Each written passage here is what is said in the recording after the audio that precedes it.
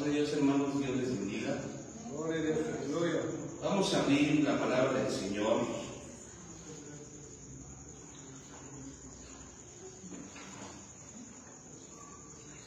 En la carta del apóstol Pablo a los Romanos.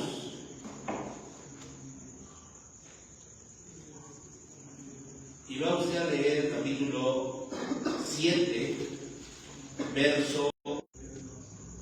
¿Ya lo tiene? Aleluya. Romanos capítulo 7, verso 18. Que diga, sí, 18. Dice la palabra de Dios así: pues tengo por cierto, si es esa, ¿verdad? Me equivoqué, perdón. Dice la palabra de Dios así: y yo sé que en mí, esto es en mi carne, no mora el bien, porque el querer el bien está en mí, pero no el hacerlo. Leemos nuevamente: yo sé que en mí, esto es mi carne, no mora el bien, porque el querer el bien está en mí, pero no el hacerlo. Tome su lugar.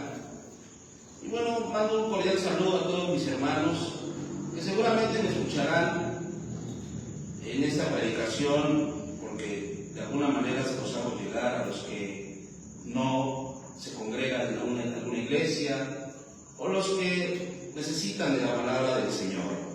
El tema en esta noche se llama Dios levanta y Dios restaura. Y cada uno de nosotros sabemos que Él es la fuente de toda bendición y que Él es el único que corta de raíz para nuevamente echar cimientos nuevos y hacer de una persona una nueva persona. Y el objetivo de esta predicación, mis hermanos, es que usted y yo, hermanos, no seamos personas misericordes, o sea, que no seamos personas insensibles, pues en realidad cada uno de nosotros sabemos que tenemos un Dios bueno, inflexible, donde realmente ya no hay solución, pero Dios siempre es maravilloso y bueno, y Dios siempre sabe hacer las cosas. Inclusive hemos visto todo el proceder de la historia humana, y pues nosotros la verdad no somos nadie para determinar qué persona puede salvarse, qué persona no. Al final de cuentas Dios va a tener misericordia de que tenga misericordia. ¿Qué nos corresponde a nosotros? Pedir y orar para que las personas conozcan al Señor y conozcan realmente la vida eterna. En mi vida cristiana he conocido muchas personas, hermanos, que la verdad se apartaron de la fe. Personas que fueron limpiadas, restauradas, y por más que yo buscaba una vida de hipocresía en ellos, la verdad, son personas que en su momento Dios limpió, Dios restauró, pero como lo dice el proverbio, o mismo Pedro en su carta, su segunda carta, que después de haberse lavado, nuevamente volvieron a ensuciarse. Y qué triste es, hermanos, porque la realidad es que se ha suscitado varios testimonios y hemos visto a personas, hermanos, que definitivamente volvieron a ceder a la tentación y ahorita están apartados de la palabra de Dios. Y bueno, no solamente podemos ver en testimonios extrabíblicos, sino que también en la misma Biblia vemos cómo Dios en su momento levantó a hombres de Dios. A pesar de lo que hicieron, Dios les dio una nueva oportunidad y les hizo nuevamente a levantarse para que, hermanos, no solamente para que demostraran al mundo lo que Dios puede hacer, sino que para que el mundo viera cómo estas personas, mis hermanos, pues fueron nuevamente restauradas, levantadas, y Dios les dio una oportunidad inclusive de servirles. Usted puede leer la historia de Moisés, que después de haber matado a un egipcio, él huye de Egipto, y años más tarde Dios usa a este varón. A pesar de ser un asesino, Dios lo perdona, pero Dios lo usa para un ministerio tan importante que fue sacar de la esclavitud a su pueblo. Podemos ver también a Jonás. A pesar de su negatividad, él fue a Nínive y predicó, y posteriormente Dios trató con la necedad de este varón, y definitivamente pues en su oración podemos ver todo lo que Jonás expresa de nuestro Dios. Y bueno, y qué mejor para entender sobre esa penitencia que luego uno siente. Cuando hablamos de penitencia, hermanos, hablamos de un sentimiento, un dolor por hacer algo que pues daña a los demás.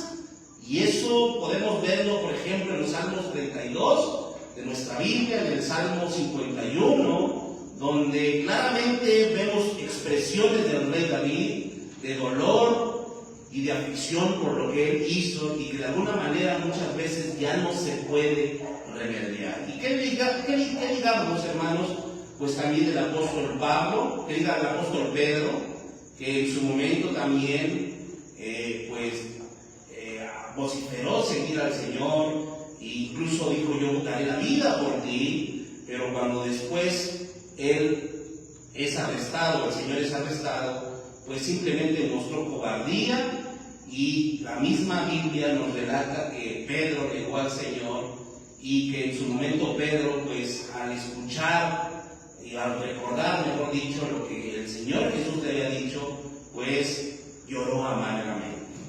Así que estas cosas que pasan en los hombres, en las personas de Dios, la verdad, hermanos, es algo que Dios siempre se ha manifestado, y Dios levanta a las personas después de estar caídas, pero no solamente las levanta, sino que también las restaura. Pero al final de cuentas vamos a encontrar un punto muy importante en esta predicación, y que en el texto que leímos nos los dice. Pablo habla sobre, mis hermanos, el pecado que mora en mí. Y ese pecado, mis hermanos, pues está latente. Aunque Cristo sabemos que ya pagó por nuestros pecados, presentes, pasados y futuros, pero ¿qué tal responsabilidad tiene el cristiano, hermanos, de seguir pecando? Nosotros podemos seguir pecando con nuestros labios, con nuestra mente, con nuestra forma de ser, y no solamente agravar a nuestros hermanos, a las personas, sino a Dios principalmente. Entonces, hermanos, el cristiano no está exento. Por eso el apóstol Juan en su carta dice que si alguno hubiese pecado, abogado tenemos para con el Padre, a nuestro Señor Jesucristo. ¿Qué significa esto? Que, hermanos, nosotros podemos ceder a la tentación del pecado, podemos ceder, mis hermanos, y esto es lo que Dios no quiere. Porque si nosotros, hermanos, estamos en luz, debemos caminar en luz. Porque la misma Escritura dice que Dios es luz y no hay ninguna tinieblas en él. Y por eso el apóstol Juan dice que si decimos que tenemos comunión con él, no debemos de andar en las tinieblas. Porque si decimos que tenemos comunión con él y no vivimos conforme a esa comunión, mis hermanos, simplemente estamos mintiendo y no estamos practicando la verdad. Pero si andamos en luz, dice el apóstol Juan, como él está en luz, dice la Escritura, la sangre de Jesucristo, su Hijo, nos ha limpiado de todo pecado. Y esto demuestra, hermanos, que también podemos tener comunión los unos con los otros. Cuando un redimido por la sangre de Cristo, hermanos, se aísla y no quiere nada con sus semejantes, quiere decir que todavía, hermanos, no ha muerto al pecado, porque lo que realmente hace que nosotros andemos en luz es que tengamos comunión los unos con los otros. No tenemos nada que esconder, al contrario, tenemos mucho que dar para esta sociedad, hermanos, que definitivamente necesita de Dios. Y en la misma palabra de Dios nos dice, si decimos que no tenemos pecado, nos engañamos. Y dice la palabra de Dios, y la verdad no está en nosotros. ¿A quién se le ocurriría decir que no peca? Cuando por autonomacia, por naturaleza, sabemos que todos pecamos. Todos absolutamente lo hacemos de una u otra manera, Y por eso la palabra de Dios dice, si alguien se levanta y dice yo no peco, prácticamente está engañándose. Y lo peor de todo, hermano, es que está haciendo quedar mal a la verdad. Y Dios es la verdad de todo. Qué tan importante, hermanos, es entender esto que Pablo dice en su palabra. Pablo dice, yo sé que en mí no mora el bien, no mora el querer, porque ese bien que está en mí no puede hacer el bien. Y dice Pablo, porque no hago el bien que quiero, sino el mal que no quiero, eso hago. Y si hago lo que no quiero, ya no lo hago yo, sino el pecado que mora en mí. Entonces, ¿qué dice Pablo, hermano? Que el pecado que espiritualmente se hereda por la caída de Adán, pues simplemente ahí va a estar hasta que nosotros muramos. Y definitivamente es una lucha en nosotros, hermanos, de ceder al pecado o restringirlo totalmente de nuestra vida. Hay cosas que Dios no le agradan, hay cosas que el Señor, por motivos de conciencia, sabemos que no las debemos hacer, pero ¿qué pasa si nosotros lo hacemos? Podemos caer. Y hermano, dice la palabra de Dios que pues coquetear con el pecado es gravoso. Pablo se preocupaba por ello y decía, temo que como la serpiente engañó a Eva, así vuestros sentidos también sean engañados y sean extraviados de la sincera fidelidad a Dios, a Cristo Jesús.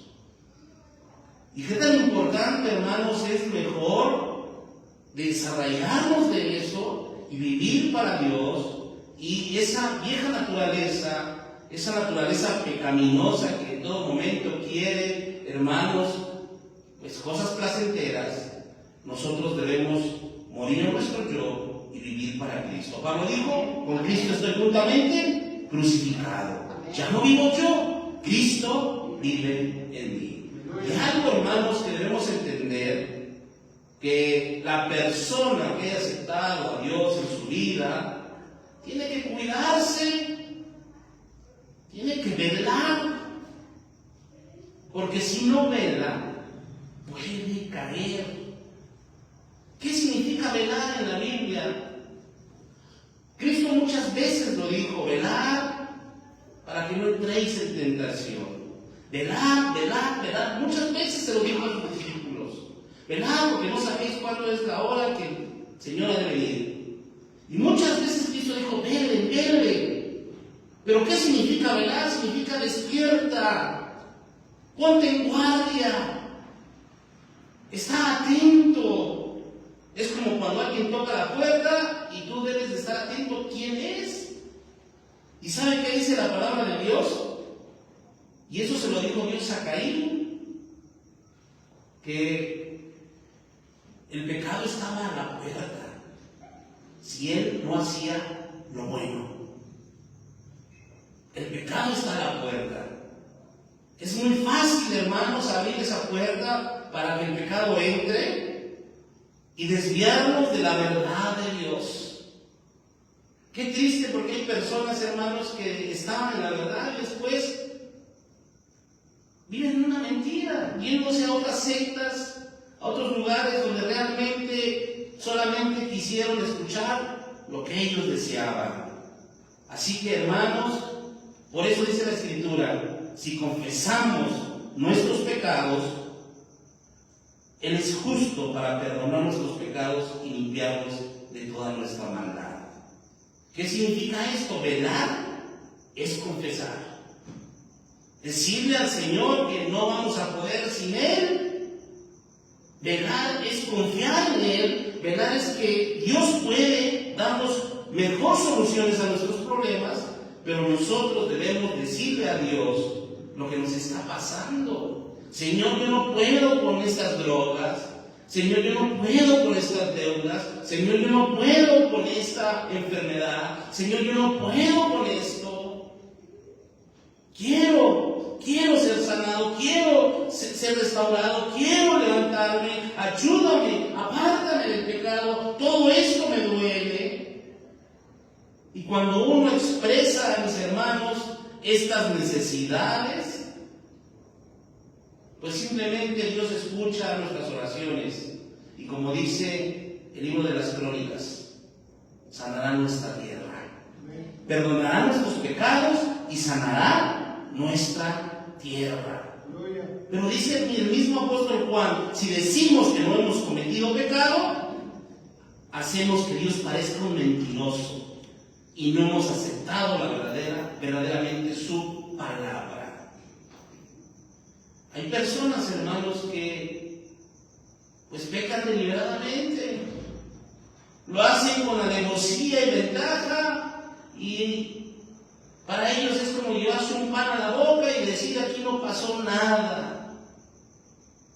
Y empiezan a acumular una vida de pecado, y como lo dice Pablo en su primer capítulo de Romanos, acumulan ira para el día de la ira. Y ese necio corazón se vuelve más oscuro, más tenebroso y más difícil de entender las verdades que Dios quiere mostrarles. Las personas se vuelven necios y al último terminan por decir en su corazón, aquí no hay Dios. Empiezan a gobernar su vida, y lo peor de todo, hermanos, que viven una vida hueca y una vida vacía. Y muchas personas, hermanos, se resisten a pesar de lo que están viviendo. Por eso el Señor Jesucristo le dijo a sus discípulos, velen y oren para que no entren en tentación. En otras palabras quiso decir, para que resistan. Velen y oren para que no cedan. Porque el espíritu a la verdad está dispuesto, pero la carne es débil. Cristo en el huerto de Getsemaní, en la oración que Él hizo, les estaba dando la enseñanza de cómo salir de todo, hermanos. Cómo salir de esos problemas, cómo salir de esas caídas por medio de la oración, pidiéndole al Señor restauración, pidiéndole al Señor que nos apoye, que nos ayude, que somos débiles, que no somos fuertes, que simplemente lo fuertes que somos es porque Dios está con nosotros. No porque nosotros seamos muy intelectuales o muy espirituales. Lo fuerte de nosotros es porque Dios está con nosotros. Así que mis hermanos, el creyente que alguna vez ha caído es profundamente infeliz. A mis hermanos o amigos que nos escuchan por las redes sociales, pueden leer el Salmo 32 y el Salmo 51.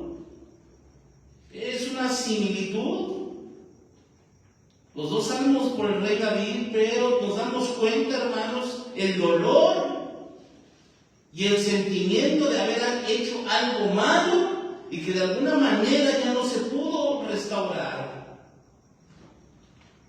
Es como el mismo dolor que las personas algún día tuvieron, que destrozaron a su familia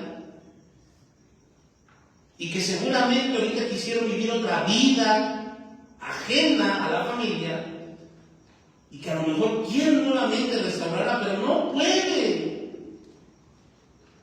Porque han causado mucho daño. Y esto es lo que hizo David después de pecar en contra del Señor.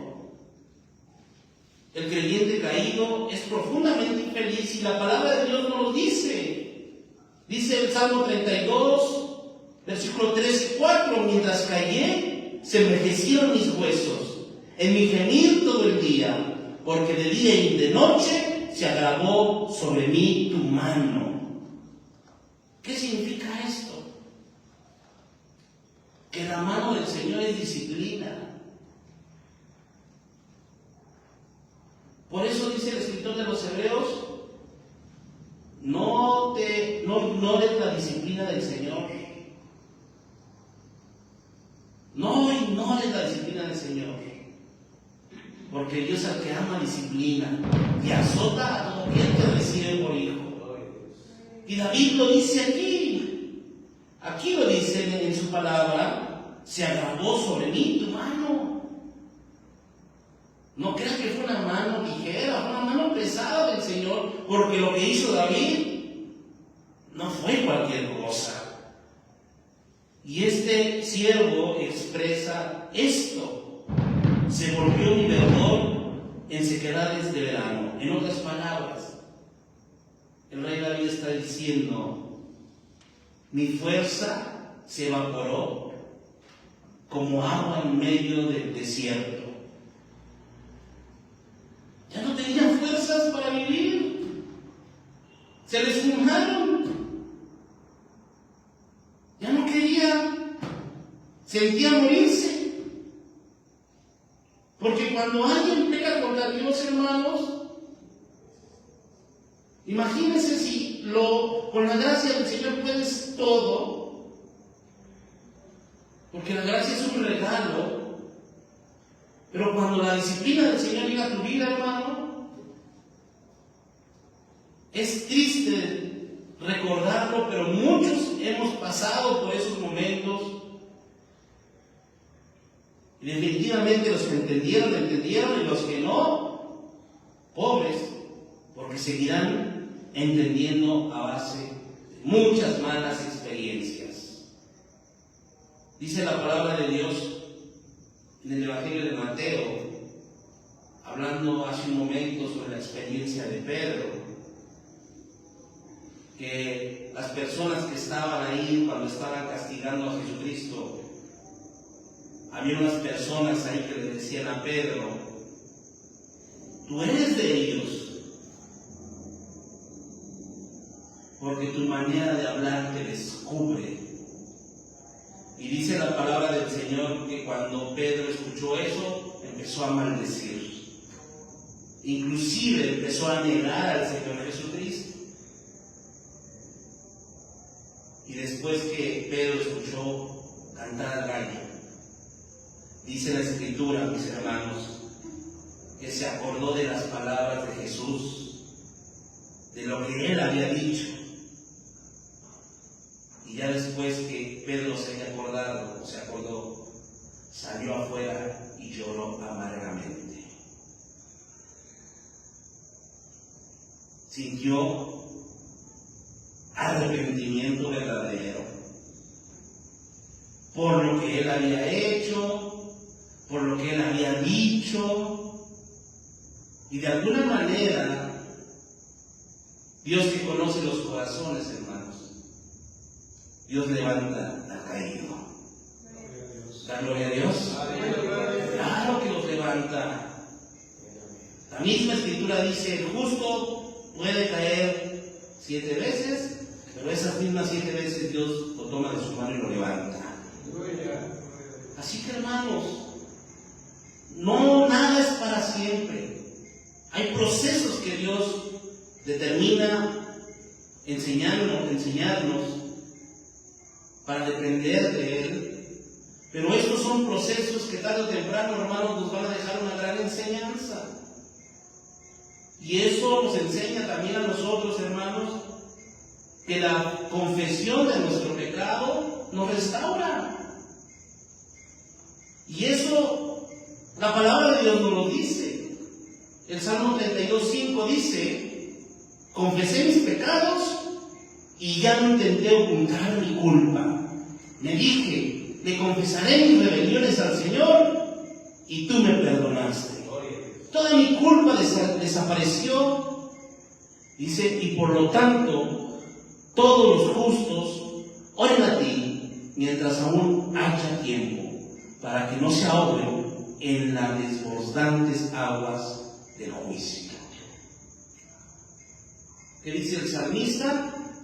Yo no oculté mis pecados, yo confesé mis rebeliones, yo sentí, Señor, que tú me perdonaste, y ahora puedo yo orar a ti y decirle a todo mundo que mientras haya tiempo hay perdón en ti.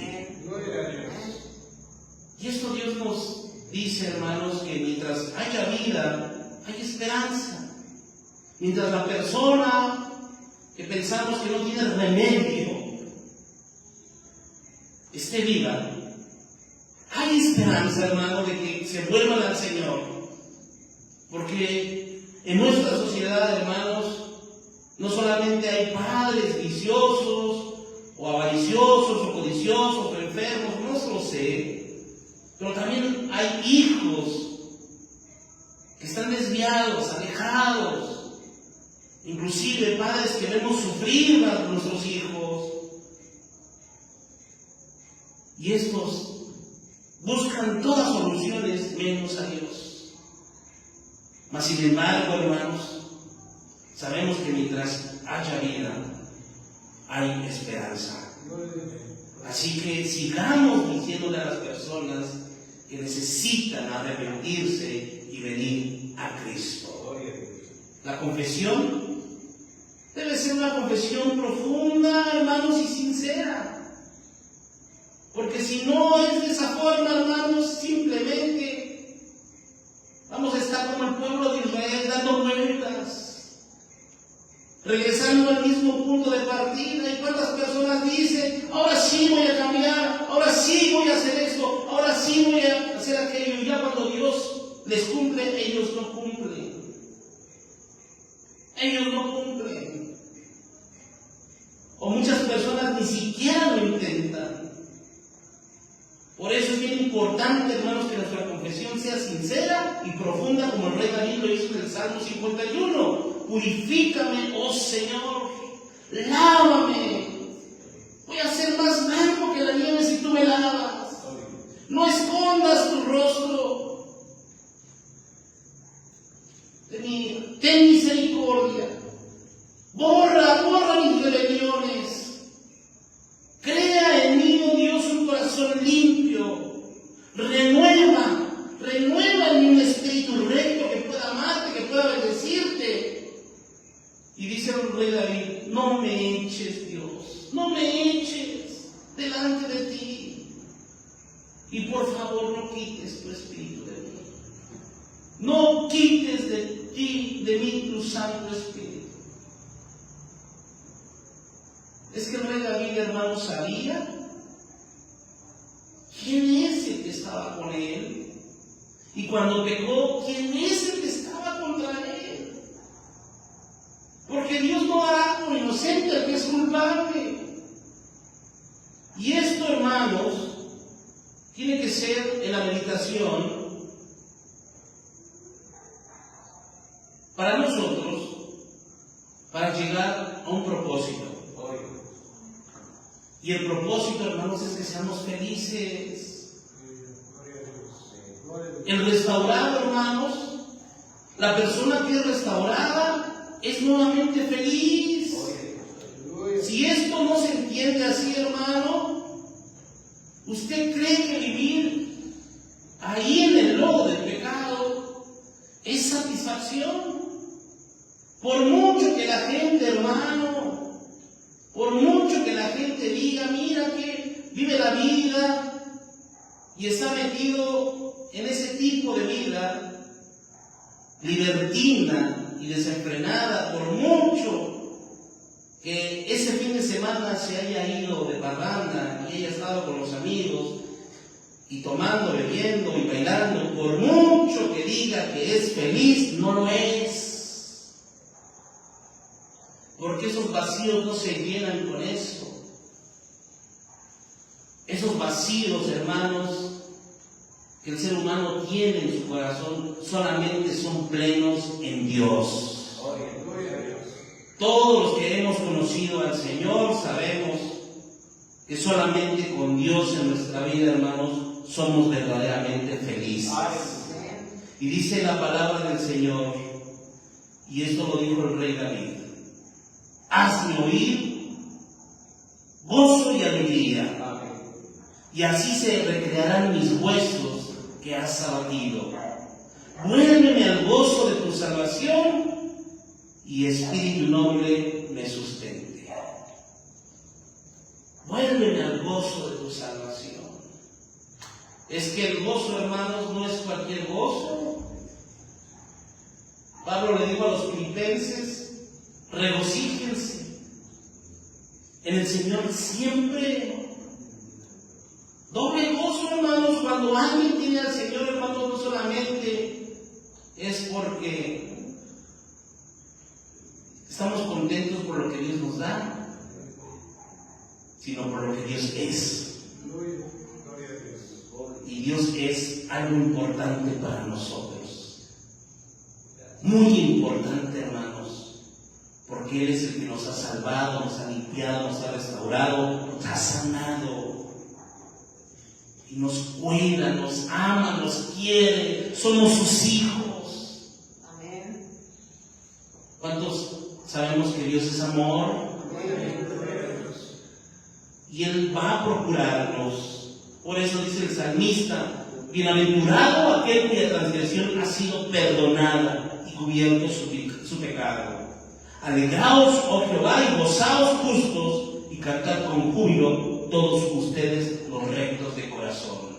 Amén. Contentos, pues, porque el Señor nos va a restaurar y nos ha restaurado. Y seguramente lo va a hacer con aquellas personas que le piden a Él que lo haga.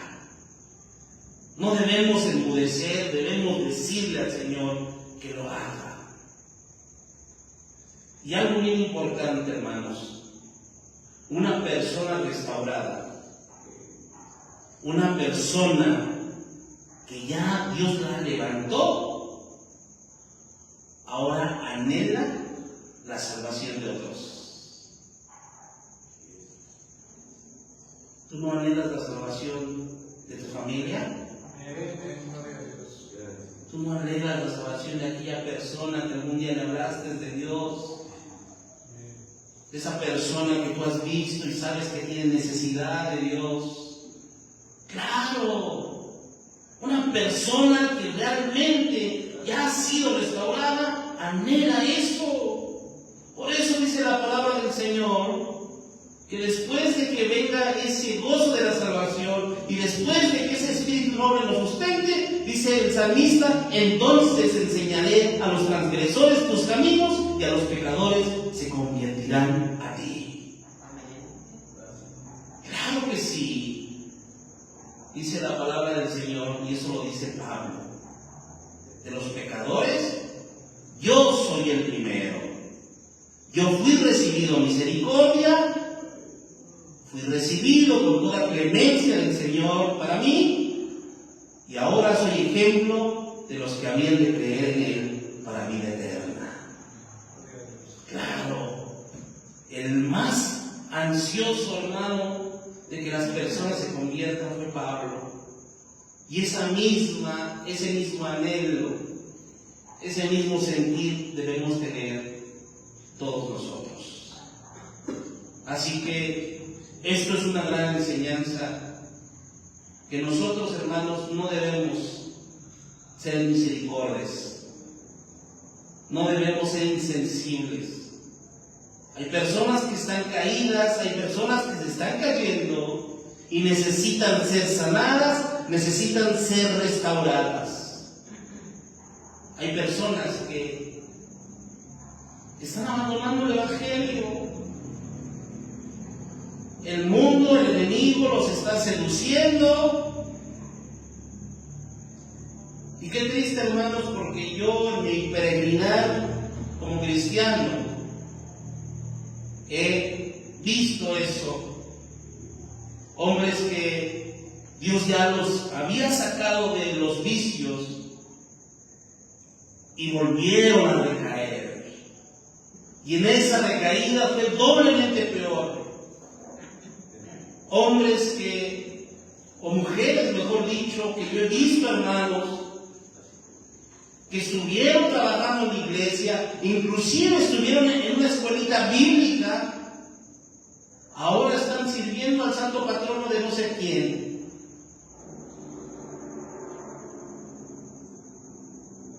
Y dice la palabra de Dios que debemos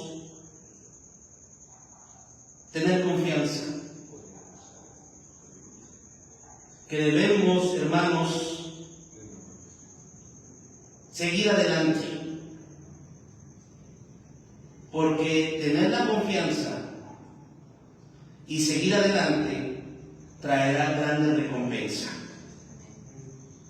Y dice la palabra de Dios que nosotros necesitamos tener fortaleza, aún sufriendo y haciendo la voluntad de Dios,